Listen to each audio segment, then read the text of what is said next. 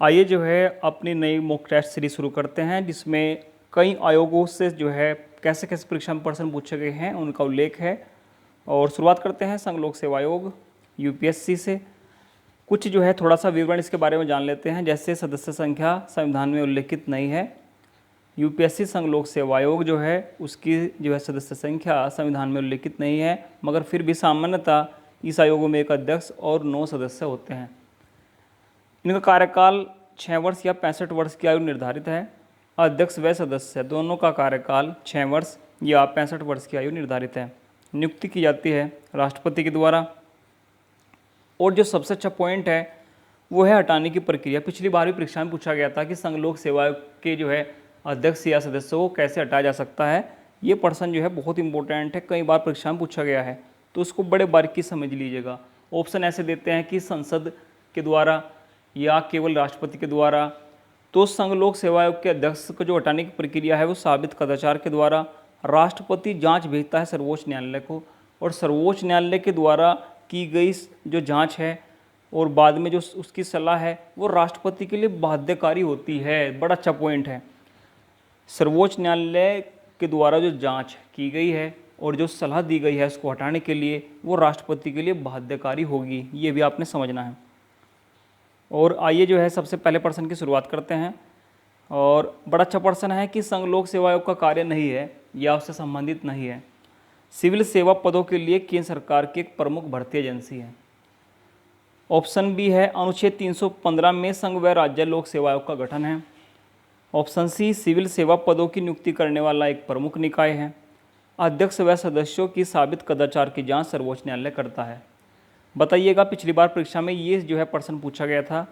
आप देखिए आपने कितनी तैयारी की है, अच्छी तरीके से प्रश्न को समझ लीजिएगा। 3 पॉइंट बिल्कुल सत्य है, मगर इसमें एक सत्य नहीं है। ऑप्शन सी सत्य नहीं है। सिविल सेवा पदों की नियुक्ति करने वाला प्रमुख निकाय ये नहीं है। ध्यान रखना है, ये एक भर्ती एजेंसी है। यूपीएससी क्या है, संघ लोक सेवा आयोग क्या है, एक भर्ती एजेंसी है। और सिविल सेवा के जो पद हैं एक उसमें सलाहकारी संस्था है, ना कि जो है नियुक्ति करने वाला। नियुक्ति कौन करेगा वो आगे आएगा पॉइंट, ये आपको समझना है। तो ये कथन आपका गलत है। अगला पॉइंट देखते हैं कि संघ लोक सेवा आयोग के सदस्यों के लिए योग्यता है। क्या योग्यता है? संघ लोक सेवा आयोग के सदस्य के लिए क्या योग्यता होनी चाहिए? उच्च न्यायालय के न्यायाधीश के समकक्ष, आद्य सदस्यों को भारत या राज्य सरकार के अधीन 10 वर्ष का अनुभव हो, संविधान के किसी अनुच्छेद में योग्यता का उल्लेख नहीं है, या बी व सी दोनों सत्य हैं। तो बड़ा अच्छा प्रश्न है कि संघ लोक सेवा आयोग के सदस्य के लिए क्या योग्यता है। तो कथन बी व सी दोनों सही हैं। आद्य सदस्यों को भारत व राज्य सरकार के अधीन 10 वर्ष का अनुभव होना चाहिए, और संविधान के किसी अनुच्छेद में योग्यता का उल्लेख नहीं किया गया है। ये भी आपने ध्यान रखना है कि संविधान के किसी अनुच्छेद में योग्यता का उल्लेख तो नहीं किया गया है, परंतु फिर भी सामान्यतः आद्य सदस्यों को भारत या राज्य सरकार के अधीन 10 वर्ष का अनुभव होना चाहिए। और आइए जो है अगले प्रश्न को देखते हैं। सभी प्रश्न पिछली परीक्षा में पूछे गए हैं, एक एक पॉइंट को समझना है। संघ लोक सेवा आयोग से संबंधित असत्य कथन हैं। इसका उल्लेख संविधान के भाग 14 में किया गया है। अनुच्छेद 316 में सदस्यों की नियुक्ति तथा कार्यकाल का प्रावधान है। इसका राज्य लोक सेवा आयोग से सीधा संबंध रहता है। आयोग की पहली महिला अध्यक्ष, जी हाँ, आयोग की पहली महिला अध्यक्ष श्रीमती रोज बैथ्यू बनी थी। श्रीमती रोज बैथ्यू बनी थी। बहुत अच्छा प्रश्न है कि संघ लोक सेवा आयोग से संबंधित असत्य कथन है। तो ध्यान रखिए क्या असत्य है। तो ऑप्शन सी जो है ये असत्य है, बाकी सभी सत्य हैं। यदि ये अलग से प्रश्न पूछा जाए कि संघ लोक सेवा आयोग के सदस्यों की नियुक्ति और कार्यकाल का प्रावधान किस अनुच्छेद में है, तो ये भी अच्छा आर्टिकल है, बहुत अच्छा अनुच्छेद है, अनुच्छेद 316। ये जो है यूपीएससी किस भाग में है, भाग 14 में है। और इसका राज्य लोक सेवा आयोग से सीधा संबंध नहीं रहता है, क्योंकि राज्य लोक सेवा आयोग और संघ लोक सेवा आयोग दोनों का ही उल्लेख अनुच्छेद 315 से अनुच्छेद 323 तक है। दोनों का ही उल्लेख ध्यान रखना है, दोनों का ही, राज्य लोक सेवा आयोग का भी और संघ लोक सेवा आयोग का भी। दोनों अपने आप में एक स्वतंत्र निकाय हैं। दोनों अपने आप में क्या हैं, स्वतंत्र निकाय हैं। तो ये ध्यान रखना है कि इसका राज्य लोक सेवा आयोग से सीधा संबंध नहीं रहता है, दोनों अपने आप में स्वतंत्र है और दोनों का ही उल्लेख यदि अलग से पूछता है कि राज्य लोक सेवा आयोग का गठन किस अनुच्छेद में है, उसका उल्लेख, तो उसका उल्लेख भी 315 से 323 में किया गया है। आइए जो है अगला पॉइंट देखते हैं। और सिविल सेवा और सिविल पदों के लिए नियुक्ति करने वाला, देखिए अब आया है वो प्रश्न कि नियुक्ति करने वाला आयोग है संघ लोक सेवा आयोग, कार्मिक मंत्रालय, गृह मंत्रालय या केंद्रीय सूचना आयोग। ठीक है, तो नियुक्ति किसके तहत की जाती है सिविल सेवा और सिविल सेवा पदों के लिए, तो नियुक्ति की जाती है कार्मिक मंत्रालय। जी हाँ, कार्मिक मंत्रालय के द्वारा नियुक्ति की जाती है, जबकि भर्ती एजेंसी आपका संघ लोक सेवा आयोग है, सलाहकारी एजेंसी भी आपका संघ लोक सेवा आयोग है, यह एक स्वतंत्र निकाय भी है। आइए जो है अगला प्रश्न देखते हैं कि लोक सेवा आयोग के सदस्य की बर्खास्तगी एवं निलंबन से संबंधित अनुच्छेद है। किस अनुच्छेद में सदस्य की बर्खास्तगी व निलंबन से संबंधित अनुच्छेद है, तो ये अनुच्छेद है अनुच्छेद 317, अनुच्छेद 317। अगला प्रश्न कितना अच्छा है कि संयुक्त राज्य लोक सेवा आयोग के संदर्भ में, देखिए ये मैं कह रहा हूँ कि मोस्ट इंपोर्टेंट प्रश्न है। संयुक्त राज्य लोक सेवा आयोग के बारे में परीक्षा में प्रश्न पूछा जाता है। संयुक्त राज्य लोक सेवा आयोग, 2 या 2 से अधिक राज्यों के लिए संयुक्त राज्य लोक सेवा आयोग का प्रावधान, इसका गठन विधानमंडल के आग्रह से संसद द्वारा किया जाता है। अध्यक्ष का कार्यकाल 6 वर्ष या 62 वर्ष की आयु होता है। अध्यक्ष व सदस्यों की नियुक्ति राज्यपाल द्वारा की जाती है।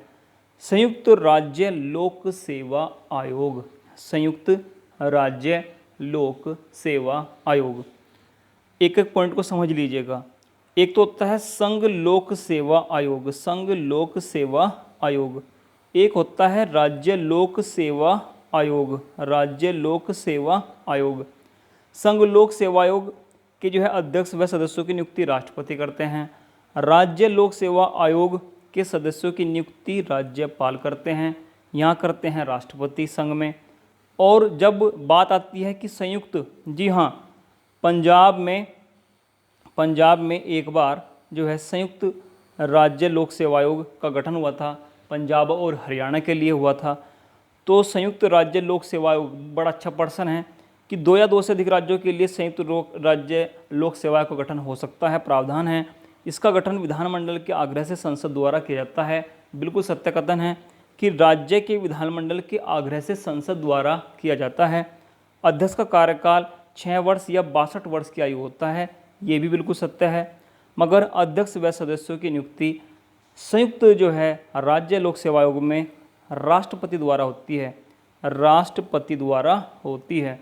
इसको स्क्रीनशॉट लेके रखिएगा, बड़ा अच्छा प्रश्न है कि पॉइंट को अच्छी तरीके से समझिएगा। नियुक्ति होगी राष्ट्रपति के द्वारा। अगला प्रश्न है कि संयुक्त राज्य लोक सेवा आयोग अपनी वार्षिक प्रगति रिपोर्ट किसे सौंपता है। देखिए कितना अच्छा प्रश्न है कि संयुक्त राज्य लोक सेवा आयोग अपनी वार्षिक प्रगति की रिपोर्ट किसे सौंपता है, तो ध्यान रखिए वार्षिक प्रगति की रिपोर्ट सौंपता है उसके संबंधित राज्यपाल से, उस राज्यपाल के संबंधित जो है राज्यपाल से सौंपता है। बड़ा अच्छा प्रश्न है, वार्षिक प्रगति की रिपोर्ट। अगला प्रश्न है कि राज्य लोक सेवा आयोग के संदर्भ में असत्य कथन छांटे। अब आई है बात राज्य लोक सेवा आयोग के बारे में। राज्य लोक सेवा आयोग, अध्यक्ष व सदस्यों का कार्यकाल 6 वर्ष या 62 वर्ष की आयु निर्धारित किया गया है। अध्यक्ष व सदस्यों को राज्यपाल द्वारा नियुक्त व हटाए जा सकते हैं। आयोग के सभी व्यय मतलब खर्चे राज्य की संचित निधि पर भारित होते हैं। आयोग की सिफारिशें राज्य सरकार के लिए बाध्यकारी नहीं हैं। देखिएगा जल्दबाजी से तो ये प्रश्न सोल्व नहीं होंगे, क्योंकि संविधान है, एक एक पॉइंट को क्लियर करना बहुत जरूरी होता है। राज्य लोक सेवा आयोग के सदस्यों की नियुक्ति तो राज्यपाल के द्वारा होती है, नियुक्ति तो राज्यपाल के द्वारा होती है, ये बात है राज्य लोक सेवा आयोग की। मगर हटाए जाते हैं राष्ट्रपति के द्वारा, हटाए जाते हैं राष्ट्रपति के द्वारा। तो कथन बी गलत है, बाकी सभी सत्य हैं। ध्यान रखिएगा 6 वर्ष या 62 वर्ष की आयु संयुक्त जो है राज्य लोक सेवा आयोग के अध्यक्ष की भी जो हमने पढ़ी थी। अब राज्य लोक सेवा आयोग के अध्यक्ष व सदस्यों का कार्यकाल भी, दोनों का कार्यकाल 6 वर्ष या 62 वर्ष की आयु निर्धारित किया गया है, बिल्कुल सत्य है। और राज्य की संचित निधि पर जो है सभी व्यय भारित होते हैं। ऐसे ही आयोग की सिफारिशें राज्य सरकार के लिए बाध्यकारी नहीं है। जो भी सिफारिश करेगा वो राज्य सरकार के लिए बाध्यकारी नहीं है। अच्छा प्रश्न था। आइए जो है अगले प्रश्न को देखते हैं। सारे परीक्षा में आए हुए प्रश्न हैं। एक प्रश्न इस पीडीएफ को चाहे आप 3 या 4 दिन में करिएगा, कोई परेशानी नहीं है, मगर एक एक प्रश्न को समझ लीजिएगा। संघ लोक सेवा आयोग का गठन भारत शासन अधिनियम 1919 के तहत कब हुआ था? संघ लोक सेवा आयोग का गठन भारत शासन अधिनियम 1919 के तहत कब हुआ था? तो बताइएगा। यूपीएससी की बात की है, संघ लोक सेवा आयोग की बात की है। गठन सभी जानते हैं कि भारत शासन अधिनियम 1919 के तहत हुआ है और हुआ है आपका 1926 ईस्वी में। तो संघ लोक सेवा आयोग का गठन हुआ था 1926 ईस्वी में। किस आयोग द्वारा यूपीएससी आयोग का गठन किया गया था? वह कौन सा आयोग था जिसने संघ लोक सेवा आयोग का गठन किया था? हंटर आयोग, व्हिटले आयोग, रॉयल आयोग या लिनलिथगे आयोग? बहुत अच्छा प्रश्न है कि संघ लोक सेवा आयोग का गठन किसके तहत हुआ था? तो हुआ था रॉयल आयोग के द्वारा, रॉयल कमीशन आयोग के द्वारा। ध्यान रखिए, उस समय अध्यक्षता की थी लॉर्ड ली ने। उस समय अध्यक्षता की थी लॉर्ड ली के द्वारा अध्यक्षता की गई थी और उन्होंने ही सिफारिश करी थी कि भारत में एक जो है यूपीएससी बने, संघ लोक सेवा आयोग बने। मगर 1919 के तहत बना था, कानून के तहत बना था और इसको जो है लॉर्ड ली की अध्यक्षता में, इसको जो है लॉर्ड ली की अध्यक्षता में पेश किया गया था। तो इसको जो है ली आयोग के नाम से भी जाना जाता है, ध्यान रखना है। संघ लोक सेवा आयोग से संबंधित अलग से भी पूछ लेगा कि कौन सा आयोग? ली आयोग। आइए जो है अगला प्रश्न देखते हैं। राज्य लोक सेवा आयोग के गठन का उल्लेख है। राज्य लोक सेवा आयोग के गठन तो हमने अभी पढ़ा था कि अनुच्छेद 315 से 323, अनुच्छेद 315 से 323 में संघ लोक सेवा आयोग भी है और राज्य लोक सेवा आयोग भी है। आइए जो है अगला प्रश्न पढ़ते हैं। देश आज़ादी के बाद संघ लोक सेवा आयोग के पहले अध्यक्ष कौन बने थे? तो देश आज़ादी के बाद संघ लोक सेवा आयोग के पहले अध्यक्ष कौन बने थे? RN Banerjee, BN Jha, HK Kripalani या JB कृपलानी? तो यूपीएससी संघ लोक सेवा आयोग के पहले अध्यक्ष बने थे आपके HK Kripalani. Option C, HK Kripalani. और अगला प्रश्न से पहले कुछ नोट समझ लीजिएगा। जब 1926 में बना था, 1926 में बना था, तब अध्यक्ष बने थे सर रोस बारकर। ये प्रश्न भी पूछा गया था। सर रोस बारकर संघ लोक सेवा आयोग के पहले अध्यक्ष बने थे। और कानून था भारत शासन अधिनियम 1919। 1919 में एक पॉइंट और आप समझ लीजिएगा। 1919 में नाम रखा गया था केंद्रीय लोक सेवा आयोग, मगर भारत शासन अधिनियम 1935 के तहत नाम दिया गया था संघीय लोक सेवा आयोग। संघीय लोक सेवा आयोग, ये समझ लीजिएगा, कहीं पर नोट कीजिएगा कि 1935 शासन अधिनियम में रखा गया था नाम संघीय लोक सेवा आयोग।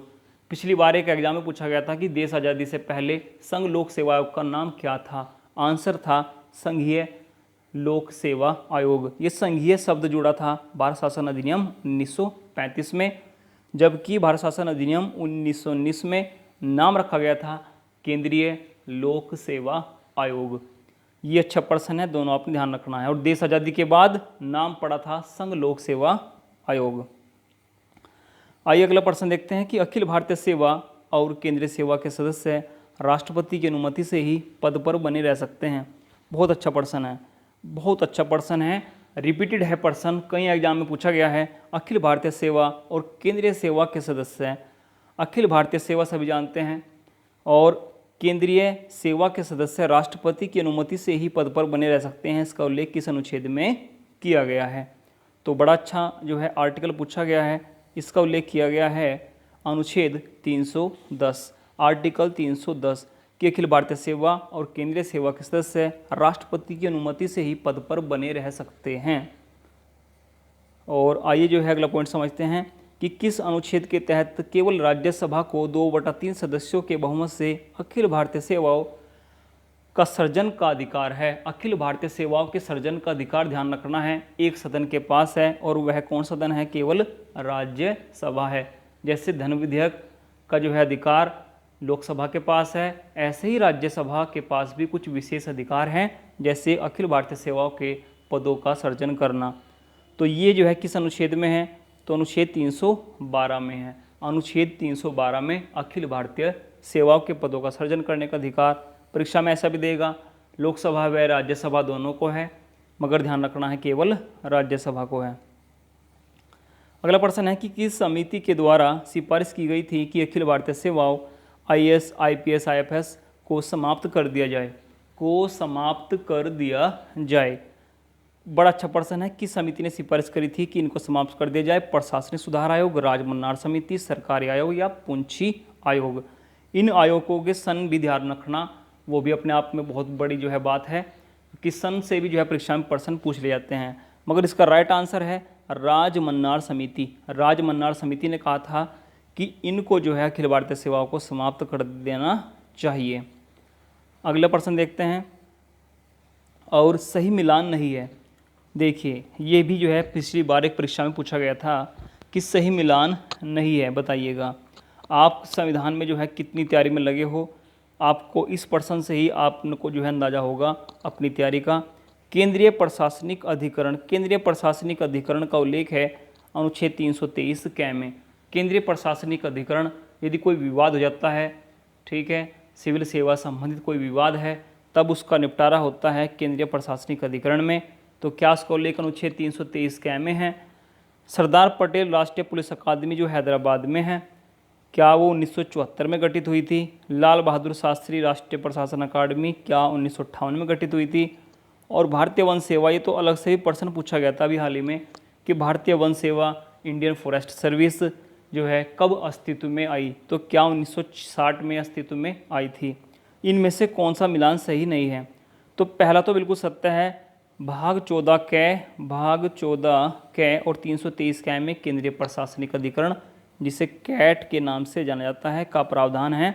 सरदार पटेल राष्ट्रीय पुलिस अकादमी जो हैदराबाद में है 1974 में गठित हुई थी, बिल्कुल सत्य है। और ये भी एक बार परीक्षा में पूछा गया था कि इससे पहले जो है पुलिस अकादमी कहाँ थी? भारत की एकमात्र पुलिस अकादमी हैदराबाद से पहले कहाँ थी? ठीक है, तो ये भी आप ध्यान रखना, पुलिस अकादमी थी पहले माउंट आबू राजस्थान में। उसके बाद लाल बहादुर शास्त्री जो है प्रशासनिक अकादमी का गठन 1958 में हुआ था। और ध्यान रखना मसूरी से पहले ये दिल्ली और शिमला में थी। ये भी आपका कथन बिल्कुल सत्य है। और जो सबसे लास्ट कथन है उसको समझिए कि भारतीय वन सेवा इंडियन फॉरेस्ट सर्विस, भारतीय वन सेवा इंडियन फॉरेस्ट सर्विस का गठन हुआ था 1966 में, 1966 में, 1966। इसको आप ध्यान रखिए, बड़ा इंपॉर्टेंट प्रश्न है। तो ये कथन आपका गलत है। भारतीय वन सेवा का गठन हुआ था, इंडियन फॉरेस्ट सर्विस का गठन हुआ था 1966 में, 1966 में। तो बड़ा अच्छा फैक्ट है। और आइए जो है आगे बढ़ते हैं। और केंद्रीय प्रशासनिक अधिकरण CAT कैट से संबंधित सत्य कथन नहीं है। क्या सत्य नहीं है? इसका गठन 1985 प्रशासनिक अधिकरण अधिनियम के तहत हुआ। वर्तमान में 18वीं खंडपीठ का उद्घाटन जम्मू कश्मीर और लद्दाख में हुआ। इसके अध्यक्ष उच्च न्यायालय के वर्तमान न्यायाधीश होते हैं, जिसकी नियुक्ति राष्ट्रपति द्वारा की जाती है। अध्यक्ष का कार्यकाल 6 वर्ष या 65 वर्ष की आयु निर्धारित किया गया है। देखिए कितना अच्छा प्रश्न पूछा गया है कि CAT कैट से संबंधित कौन सा कथन सत्य नहीं है। तो देखिए एक एक पॉइंट को समझते हैं। इसका गठन 1985 प्रशासनिक अधिकरण अधिनियम के तहत हुआ, बिल्कुल सत्य है। वर्तमान में 18वीं खंडपीठ, जी कैट की खंडपीठ भी पूछी जाती है, पहले 17 खंडपीठ थी, अब 18 खंडपीठ है, का उद्घाटन जम्मू कश्मीर लद्दाख में हुआ है, बिल्कुल सत्य है। और इसके अध्यक्ष उच्च न्यायालय के वर्तमान न्यायाधीश होते हैं। उच्च न्यायालय के जो है वर्तमान न्यायाधीश होते हैं, जिसकी नियुक्ति राष्ट्रपति द्वारा की जाती है। सेवानिवृत्त न्यायाधीश होते हैं, जिसकी जो है नियुक्ति राष्ट्रपति द्वारा की जाती है। और ध्यान रखिए, अच्छा प्रश्न है। अध्यक्ष का कार्यकाल 5 वर्ष या 65 वर्ष की आयु निर्धारित है। 5 वर्ष या 65 वर्ष की आयु निर्धारित है, यह आपने ध्यान रखना है। लास्ट आपका पॉइंट गलत है, 5 वर्ष या 65 वर्ष की आयु निर्धारित है कैट का, यदि अध्यक्ष का आपका कार्यकाल पूछता है। आइए निर्वाचन आयोग की तरफ बढ़ते हैं। निर्वाचन आयोग, ठीक है, निर्वाचन आयोग आपने पहले कई बार पढ़ा होगा। सभी जानते हैं कि भारतीय संविधान में संघ लोक सेवा आयोग और निर्वाचन आयोग का सबसे महत्वपूर्ण रोल रहता है, क्योंकि ये सबसे लेंथी चैप्टर है, सबसे लेंथी अध्याय हैं निर्वाचन आयोग और संघ लोक सेवा आयोग। इनके बारे में अच्छी तरीके से समझ लीजिएगा। भारत के निर्वाचन आयोग पर विचार कीजिए और एक सत्य कथन भी छांटें। यह 3 सदस्यीय निकाय है और 3 सदस्यीय निकाय बना था 1993 में, 1993 में। हमने केवल ऐसा सत्य छांटना है, यह राज्य विधानसभा चुनाव, राष्ट्रपति या उपराष्ट्रपति के चुनाव करवाता है। देखिए कितना अच्छा प्रश्न है। यह राज्य निर्वाचन आयोग का गठन करता है और यह एक अखिल भारतीय संस्था है। यह एक अखिल भारतीय संस्था है। तो बताइएगा कि भारत के निर्वाचन आयोग से संबंधित कौन सा असत्य कथन है। तो यह एक 3 सदस्यीय निकाय है, बिल्कुल सत्य है। यह राज्य की विधानसभा के चुनाव, राष्ट्रपति के चुनाव, उपराष्ट्रपति के चुनाव और लोकसभा के चुनाव भी भारत का निर्वाचन आयोग कराता है, बिल्कुल सत्य है। और यह एक अखिल भारतीय संस्था है। देखिए इस पॉइंट को पहले समझिए, अखिल भारतीय संस्था क्या होती है। अखिल भारतीय संस्था एक ऐसी संस्था जो राज्यों के हित में भी काम करती है और केंद्र के हित में भी काम करती है। जैसे केंद्र के लोकसभा के चुनाव भी भारतीय निर्वाचन आयोग कराता है और राज्य की विधानसभा के चुनाव भी, विधान परिषद के चुनाव भी आप कराता है भारत का निर्वाचन आयोग। तो दोनों के लिए कार्य करता है, इसलिए अखिल भारतीय संस्था है, बिल्कुल सत्य है। मगर यह राज्य निर्वाचन आयोग का गठन नहीं करता है। यह राज्य निर्वाचन आयोग का गठन नहीं करता है। बड़ा अच्छा पॉइंट है, ये आपको समझना है। और आइए जो है अगले प्रश्न की ओर बढ़ते हैं। सारे जो है सिलेक्टेड प्रश्न हैं, पिछली बार सभी परीक्षाओं में जो है लगातार पूछे जाने वाले प्रश्न हैं। बताइए ये आप कितना जो है सही कर सकते हो कि लोकसभा तथा विधानसभा के निर्वाचन के लिए आरक्षित निर्वाचन क्षेत्रों का फैसला किसके द्वारा किया जाता है। लोकसभा तथा विधानसभा के निर्वाचन के लिए जो आरक्षित निर्वाचन क्षेत्र है का फैसला किसके द्वारा किया जाता है। भारत की संसद के द्वारा, भारत के चुनाव आयोग के द्वारा, परिसीमन आयोग के द्वारा या भारत व राज्य चुनाव आयोग के द्वारा। प्रश्न ये पूछा गया है कि कोई भी लोकसभा क्षेत्र कहाँ तक उसका निर्वाचन होगा, कहाँ तक जो है उस क्षेत्र का जो है निर्वाचन होगा, इसका फैसला किया जाता है परिसीमन आयोग के द्वारा। परिसीमन आयोग के द्वारा फैसला किया जाता है। आइए अगला प्रश्न देखते हैं कि भारत के मुख्य निर्वाचन आयुक्त का पद समकक्ष होता है। देखो अनुच्छेद तो सभी पढ़ लेते हैं कि भारत का निर्वाचन जो है आयुक्त किस अनुच्छेद में है। आर्टिकल 324 में है। अनुच्छेद 324 से अनुच्छेद 329 तक भारतीय निर्वाचन आयोग का उल्लेख किया गया है। और मुख्य निर्वाचन आयुक्त का पद किसके समकक्ष होता है यदि आपसे पूछा जाता है परीक्षा में। भारत के मुख्य न्यायाधीश के, सर्वोच्च न्यायालय के न्यायाधीश के, उच्च न्यायालय के न्यायाधीश के या महान्यायवादी के। और मैं तो ये आपसे कहता हूँ कि ये प्रश्न आप पर सही नहीं होगा। भारत के मुख्य निर्वाचन आयुक्त का पद किसके समकक्ष होता है। तो बताइए किसके समकक्ष होता है। आंसर है सर्वोच्च न्यायालय के न्यायाधीश के, क्योंकि जल्दबाजी में आपसे लग जाएगा भारत का मुख्य न्यायाधीश। ध्यान रखिए व्रतक्रम में भारत का मुख्य न्यायाधीश 6ठे स्थान पर है लोकसभा अध्यक्ष के साथ में। और मुख्य निर्वाचन आयुक्त 9 कैम में है व्रतक्रम में, 9 कैम में। और 9वें स्थान पर व्रतक्रम में आपके सर्वोच्च न्यायालय के अन्य न्यायाधीश आते हैं। सर्वोच्च न्यायालय के अन्य न्यायाधीश आते हैं। देखिए कितना जो है डीपली प्रश्न पूछा गया है कि जो आपका निर्वाचन आयुक्त है वो सर्वोच्च न्यायालय के जो अन्य न्यायाधीश हैं उनके समकक्ष होता है, क्योंकि व्रतक्रम में जो है 9वें स्थान पर है। 9 कै पर आपका निर्वाचन आयुक्त है और 9 पर सर्वोच्च न्यायालय के न्यायाधीश हैं, जबकि मुख्य न्यायाधीश का स्थान लोकसभा अध्यक्ष के साथ में कौन से स्थान पर है, 6ठे स्थान पर है। आइए जो है अगले प्रश्न की ओर बढ़ते हैं और असत्य कथन छांटे। देखिए इस प्रकार के प्रश्न की आपको प्रैक्टिस करनी होगी। अब इन्हीं प्रश्नों का ट्रेंड है। संविधान के भाग 15 के अनुच्छेद 324 से 329 में निर्वाचन से संबंधित है। मुख्य चुनाव आयुक्त का कार्यकाल 6 वर्ष या 65 वर्ष की आयु है। अन्य चुनाव आयुक्तों को राष्ट्रपति द्वारा हटाया जा सकता है। परिसीमन आयोग के सदस्य मुख्य निर्वाचन आयुक्त सहित सभी राज्यों के व केंद्र शासित प्रदेशों के निर्वाचन आयुक्त होते हैं। कितना अच्छा प्रश्न है। असत्य कथन हमने छांटना है। पहला कथन बिल्कुल सत्य है, दूसरा कथन भी बिल्कुल सत्य है और चौथा कथन भी बिल्कुल सत्य है कि परिसीमन आयोग के सदस्य, यदि आपसे कोई पूछता है, जी हाँ मुख्य निर्वाचन आयोग सहित सभी राज्यों व केंद्र शासित प्रदेशों के निर्वाचन आयुक्त जो है प्रिसीमन आयोग के सदस्य होते हैं।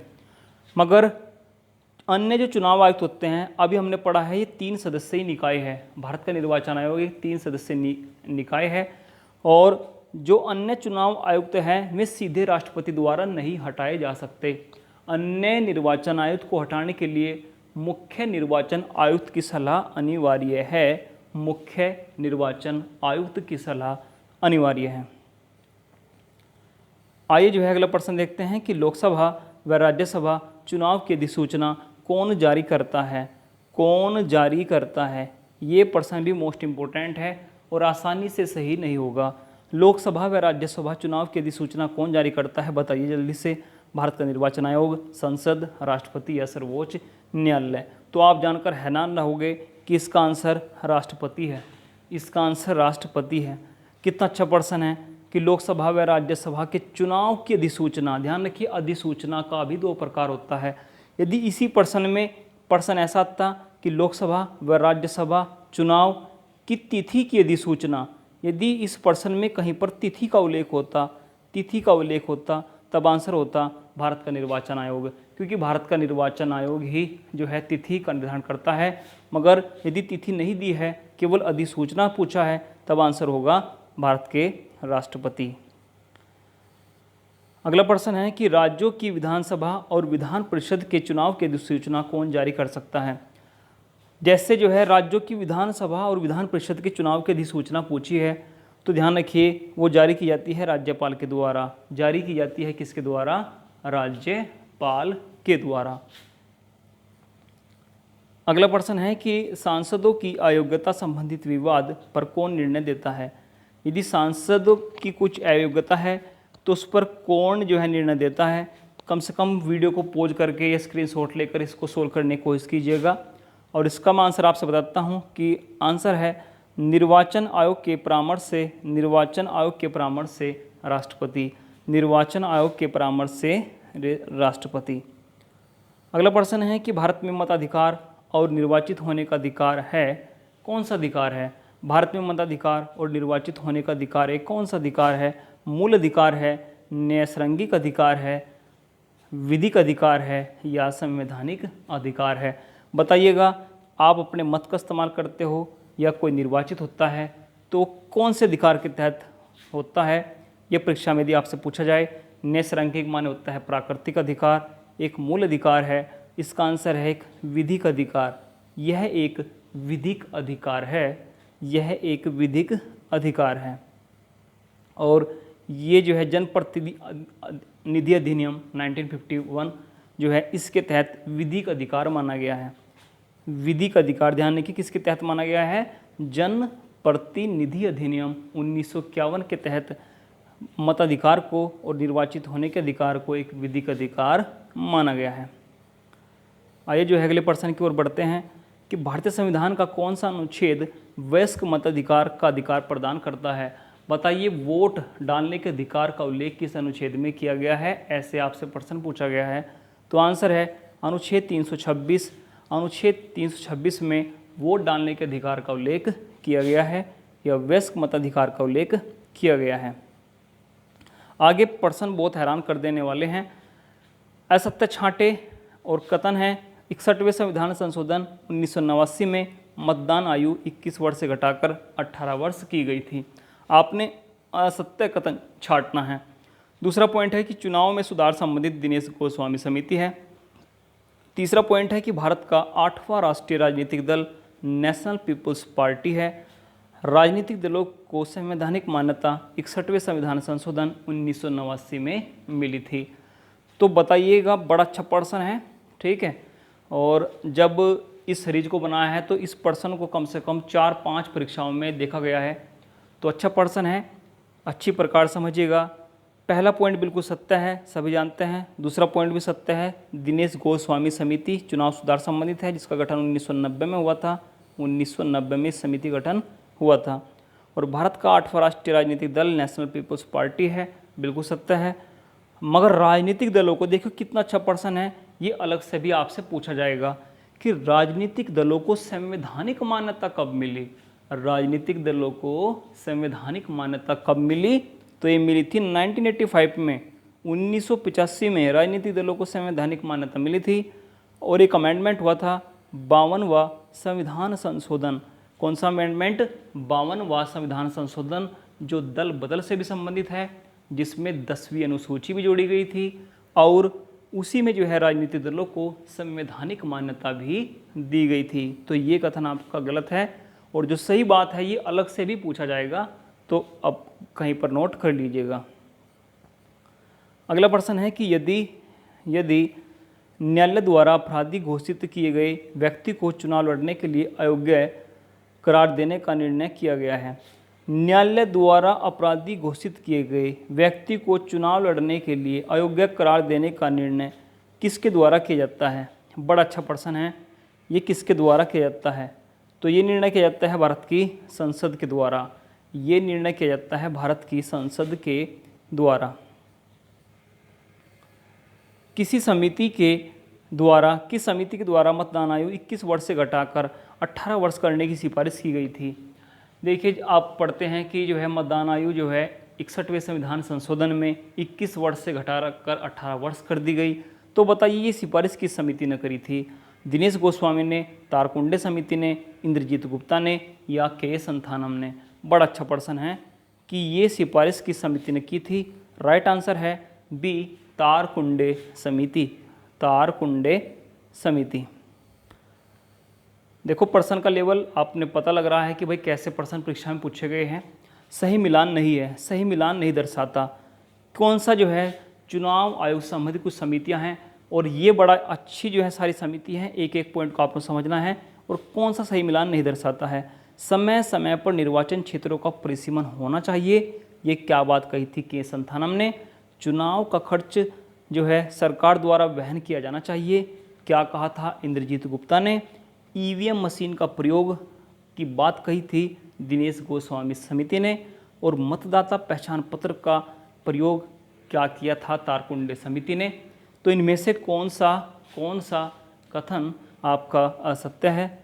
तो पहला भी सत्य है, दूसरा भी सत्य है। ईवीएम मशीन का प्रयोग करने के लिए दिनेश गोस्वामी ने ही कहा था और मतदाता पहचान पत्र का इस्तेमाल 1993 में जो है किया गया था, वो भी किया गया था दिनेश गोस्वामी समिति के तहत। किस समिति के तहत? दिनेश गोस्वामी समिति। तो जो है ये पॉइंट आपने ध्यान रखना है, बड़ा अच्छा प्रश्न है। अगला प्रश्न है कि यदि किसी अपराधी को न्यायालय द्वारा 2 वर्ष या अधिक की सज़ा सुनाई गई है।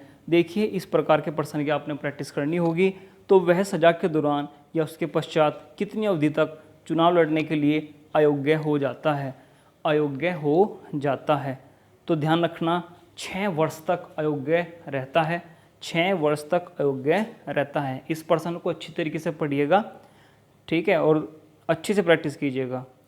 किसी लोकसभा क्षेत्र व विधानसभा क्षेत्र में चुनाव खर्च की अधिकतम सीमा कितनी निर्धारित है? कितनी निर्धारित है? किसी लोकसभा क्षेत्र व विधानसभा क्षेत्र में चुनाव खर्च की, तो लोकसभा क्षेत्र में चुनाव खर्च की अधिकतम सीमा 70 लाख निर्धारित कर दी गई है बड़े राज्यों के लिए, और जो है विधानसभा क्षेत्र की जो है खर्च की अधिकतम सीमा 28 लाख कर दी गई है। तो ये पॉइंट आपको ध्यान रखना है। अच्छा प्रश्न है यदि खर्च की सीमा पूछता है। अगला प्रश्न है कि नोटा की शुरुआत कब हुई थी? किस राज्य में हुई थी NOTA? None of the above. NOTA means है नन ऑफ द अबव। तो नोटा की शुरुआत सबसे पहले उपयुक्त में से कोई नहीं, तो कहाँ पर हुई थी? ठीक है, बड़ा अच्छा प्रश्न है, कहाँ पर हुई थी? तो आंसर है छत्तीसगढ़ राज्य में। नोटा की शुरुआत हुई थी सबसे पहले कहाँ पर? छत्तीसगढ़ राज्य में। आइए जो है 2-3 पॉइंट और समझते हैं। वीवीपैट ईवीएम मशीन को जो है चेक करने के लिए VVPAT voter verifiable paper audit trail की शुरुआत हुई थी नागालैंड में। तो ये भी अच्छा प्रश्न है। नौकासेन विधानसभा क्षेत्र में वीवीपैट की शुरुआत की गई थी। ईवीएम के बारे में सभी जानते हैं कि केरल के पारूर विधानसभा क्षेत्र में 1982 में ईवीएम की शुरुआत हुई थी और गोवा पहला राज्य बना था जिसने समस्त जो है विधानसभा चुनाव ईवीएम मशीन से कराए थे। अगला पॉइंट देखते हैं कि लोकसभा व विधानसभा चुनाव में जमानत राशि है। देखिए पिछली बार जो है परीक्षा में कई बार पूछा गया है कि लोकसभा व विधानसभा चुनाव में जमानत राशि बताइए। तो जमानत जो है राशि होती है लोकसभा के चुनाव में 25,000 और विधानसभा के चुनाव में होती है 10,000। और आपने पढ़ा भी होगा कहीं ना कहीं, ये तो जमानत राशि होती है, मतलब कि जब कोई प्रत्याशी खड़ा होता है चुनाव लड़ने के लिए तो लोकसभा चुनाव के लिए इतना जो है उसने पैसा जमा कराना पड़ता है। सांसद के लिए 25,000 और एमएलए के लिए 10,000। मगर जमानत राशि भी जब्त हो जाती है, जमानत राशि भी जब्त हो जाती है। अच्छा यदि कोई आपसे पूछे कि ये राशि कहाँ जमा होगी, किस भंडार में जमा होगी, तो ध्यान रखिए राशि आरबीआई के पास जमा होती है, रिजर्व बैंक ऑफ इंडिया के पास। यदि कोई आपसे प्रश्न पूछता है कि जमानत राशि कहाँ जमा होती है तो किस खजाने में जमा होती हैं, तो ये होती हैं रिजर्व बैंक ऑफ इंडिया के पास। और जमानत राशि कब जब्त हो जाती है, जब कुल वैध मतों का 1/6 प्राप्त न कर पाए। कुल वैध मतों का यदि 1/6 जो है प्राप्त न कर पाए कोई सदस्य, तब जमानत राशि जब्त मानी जाती है।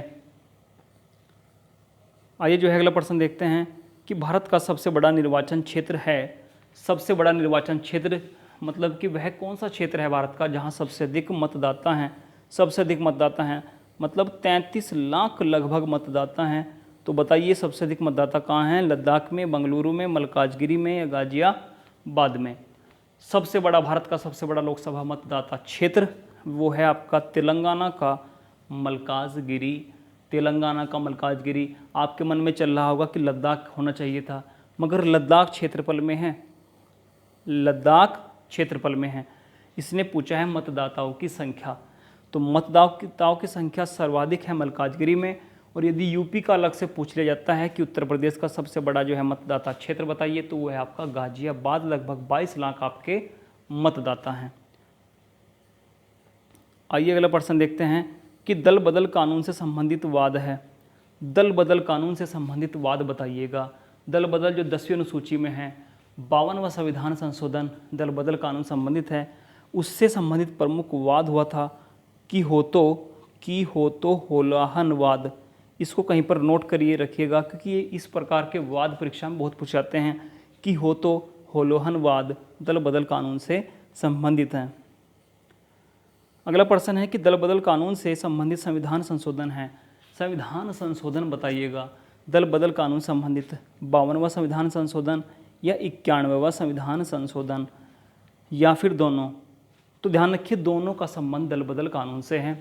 और दल बदल कानून क्या है पहले थोड़ा सा समझ लीजिएगा।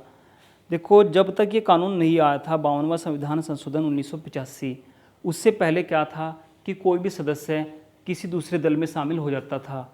इस दल बदल व्यवस्था को बंद करने के लिए एक प्रावधान लाया गया 52वें संविधान संशोधन में कि यदि कुल सदस्यों का 1/3, ध्यान रखिए यदि किसी राजनीतिक दल के 1/3 सदस्य दूसरे दल में मिलते हैं तो वे दल बदलू नहीं कहे जाएंगे। वे दल बदलू नहीं कहे जाएंगे। मान लिया किसी दल में 99 जो है एमएलए हैं, 99 विधायक हैं, थोड़ा समझ लीजिएगा। और यदि 1/3 उनका 1/3 मतलब 33 विधायक यदि दूसरे दल में जाते हैं तो उनकी सदस्यता रद्द नहीं होगी, उनकी सदस्यता रद्द नहीं होगी। मगर यदि 1/3 से कम दूसरे दल में जाते हैं तो ध्यान रखिए दल बदल कानून क्या है का पॉइंट को समझ लीजिए। तो पीठासीन अधिकारी मतलब कि उस सदन के अध्यक्ष के पास अधिकार होता है कि उस सदस्य की जो है सदस्यता को रद्द कर देता है। तो ये ध्यान रखिए ये पूछता है कि सदस्यता किसके द्वारा रद्द की जाती है, तो सदस्यता यदि दल बदल संबंधित है तो पीठासीन अधिकारी, किसी भी सदन की बात है उस पीठासीन अधिकारी के द्वारा सदस्यता रद्द की जाती है। ऐसा जो है प्रावधान चलता रहा, ऐसा प्रावधान चलता रहा। बाद में क्या हुआ कि जो है 1/3 सदस्य भी पार्टियां जो है तोड़ने लगी, 1/3 सदस्य भी पार्टियां तोड़ने लगी। तब 91वां संविधान संशोधन आया, 91वां संविधान संशोधन आया 2003 में। और उसमें क्या बात कही गई कि जो 1/3 की बात हमने कही थी उस पैरा को निरस्त करते हैं। 1/3 की जो बात कही थी उस बात को तो निरस्त करते हैं। अब प्रावधान 1/3 की जगह हो गया है कितना, 2/3 का। समझ लीजिएगा दल बदलू किसे कहा जाता है। यदि कोई अकेला व्यक्ति है अपनी स्वेच्छा से त्याग पत्र देता है तो उसको भी दल बदलू कहा जाता है, ध्यान रखिए, अकेले व्यक्ति को दल बदलू कहा जाता है। मगर वही बात है, यदि कोई 99 सदस्य हैं और इसका यदि 2/3 लगाएं, 2/3 लगाएं मतलब 66, ध्यान रखिए, दल बदलने के लिए 2/3 जो है सदस्य चाहिए, 2/3 सदस्य चाहिए। मतलब कि पहले चाहिए थे 33 सदस्य, मतलब कि यदि 99 में से दूसरे दल में जाना है तो 33 सदस्यों गुट यदि चला जाए तो उनकी सदस्यता रद्द नहीं होगी। मगर अब 33 से बढ़ाकर 66 हो गई, मतलब 1/3 से बढ़ाकर कितना हो गई, 2/3 हो गई। और किस अमेंडमेंट में, 91वें संविधान संशोधन 2003 में। और एक बात और है समझने की, यदि आप अच्छी तरीके से समझ रहे हो, लास्ट पॉइंट है उसको भी समझ लीजिएगा। यदि किसी राजनीतिक दल, कोई भी राजनीतिक दल है सदन में और वो अपने विहिप का पालन नहीं करता, विहिप मतलब होता है सदन में सचेतक जो अनुशासन बनाए रखता है।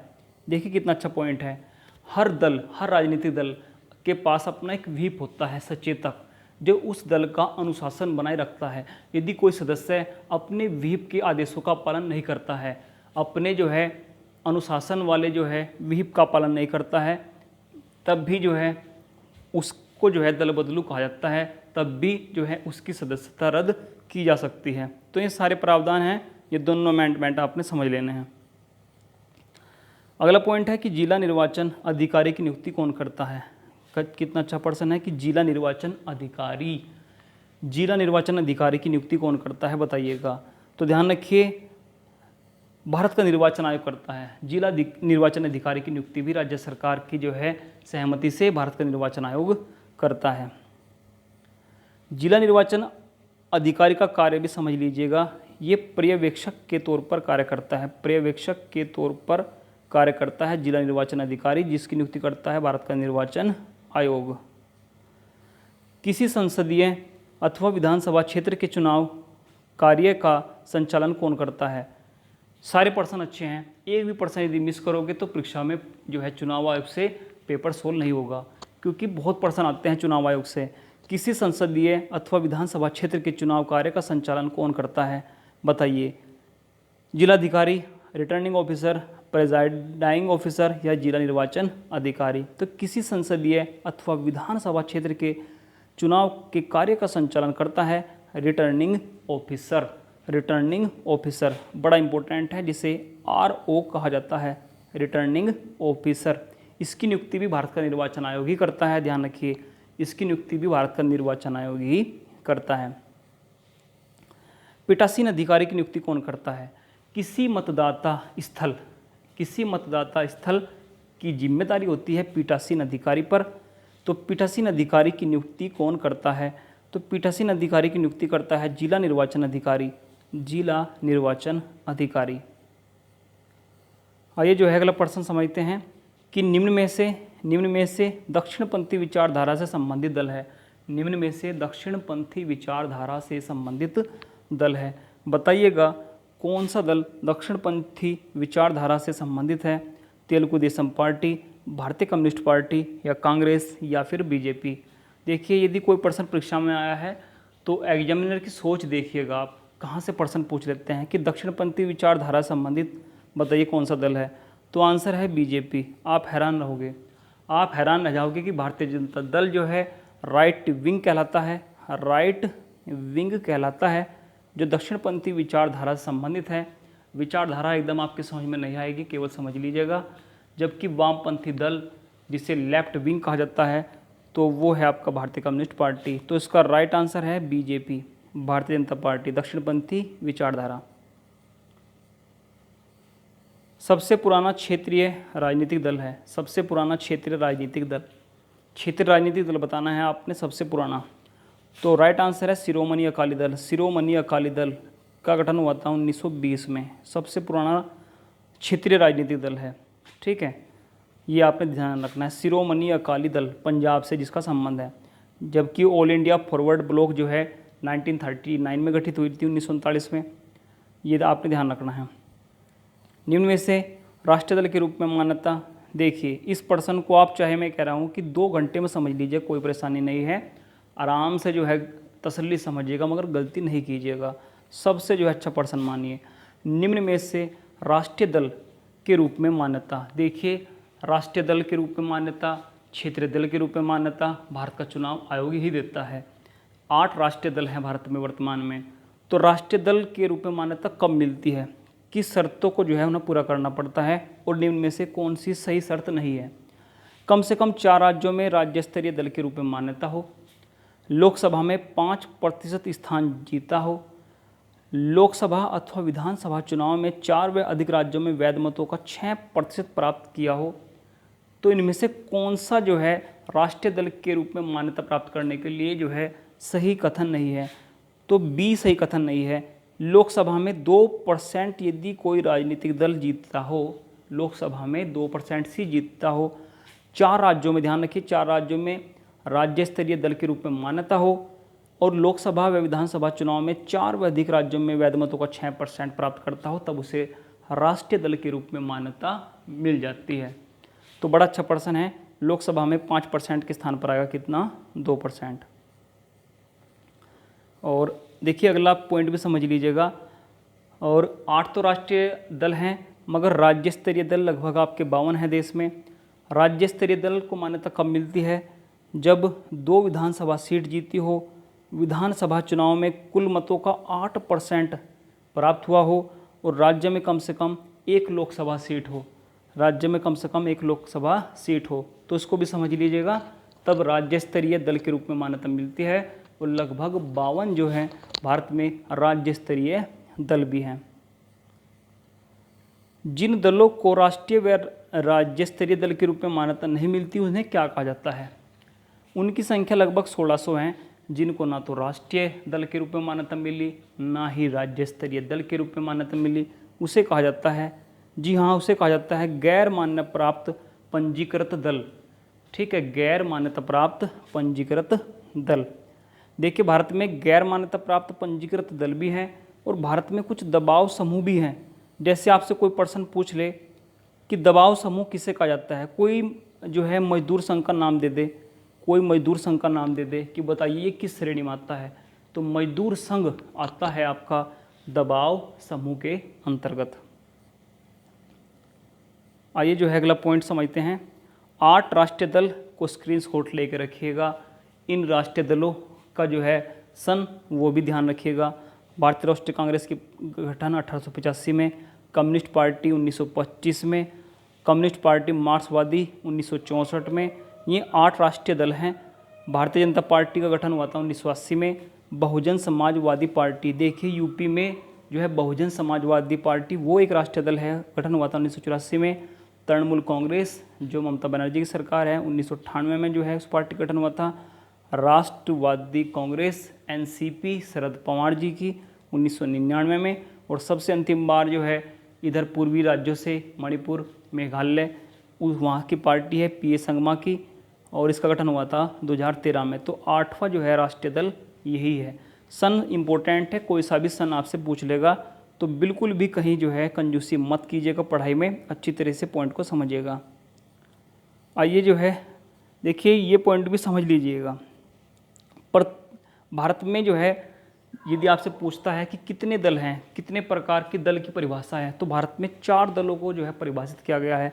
प्रतिक्रियावादी दल, प्रतिक्रियावादी दल, एक जो है पोर्शन आता है मानसिक अभिरुचि का, वहाँ पर्सन आता है कि प्रतिक्रियावादी दल क्या है, जो पुरानी सामाजिक आर्थिक राजनीतिक जो है संस्थाओं से चिपके होते हैं, पुरानी सामाजिक आर्थिक राजनीतिक से चिपके होते हैं, उसको प्रतिक्रियावादी दल कहा जाता है। जो यथास्थिति में विश्वास रखते हों, यथास्थिति में जैसा ऐसे चलने दो, उसे कहा जाता है रूढ़िवादी। जिनका लक्ष्य विद्यमान संस्थाओं में सुधार करना हो, उसे कहा जाता है उदारवादी। और जिनका लक्ष्य विद्यमान संस्थाओं को हटाकर नई संस्था का निर्माण करना हो, उसे कहा जाता है सुधारवादी। देखिए कितना अच्छा जो है परिभाषित किया गया है, बिल्कुल शॉर्ट रूप में परिभाषित किया गया है, इनको अच्छी तरीके से समझ लीजिएगा। आइए जो है अगले प्रश्न की ओर बढ़ते हैं, और अंतिम प्रश्न है, सबसे लास्ट का प्रश्न है, एक अच्छे प्रश्न है, अच्छी प्रकार समझते हैं। और भारतीय राष्ट्रीय कांग्रेस को जीवंत बनाने के लिए की गई योजना थी, उस योजना का नाम बताइए जो भारतीय राष्ट्रीय कांग्रेस को जीवंत बनाने के लिए लाई गई थी। तो भविष्य योजना, अमर योजना, कामराज योजना या मुक्ति योजना। तो भारतीय राष्ट्रीय कांग्रेस को जीवंत बनाने के लिए 1963 में लाई गई थी कामराज योजना। कौन सी योजना लाई गई थी 1963 में? कामराज योजना, क्योंकि ये जो है उस समय कांग्रेस के अध्यक्ष थे, इन्हीं के तहत लाई गई थी। भारतीय राष्ट्रीय कांग्रेस को जीवंत बनाने के लिए जो है कामराज योजना। अब कमेंट में आप बस लास्ट क्वेश्चन का उत्तर दे दीजिएगा कि क्या कोई महिला मुख्य निर्वाचन आयुक्त भी बनी है। ये आप जो है कमेंट में छोड़ दीजिएगा, यदि आप जो है इस जो है मॉक टेस्ट को अच्छी तरीके से देख रहे हैं कि क्या भारत की कोई महिला मुख्य निर्वाचन आयुक्त भी बनी है। यदि बनी है तो कृपया उसका नाम जो है कमेंट बॉक्स में आप रखिएगा। और जो अगली सीरीज है वो इससे भी खास है, उसमें नीति आयोग, मानवाधिकार आयोग, ठीक है, सभी को बहुत संक्षेप में दिया गया है। जी हाँ, सभी को बहुत संक्षेप में दिया गया है, केंद्रीय सतर्कता आयोग वगैरह, उसको आप अच्छी तरीके से देखिएगा। धन्यवाद। जितने भी आपने पॉइंट पढ़े हैं सभी अच्छे पॉइंट हैं, एक एक पर्सन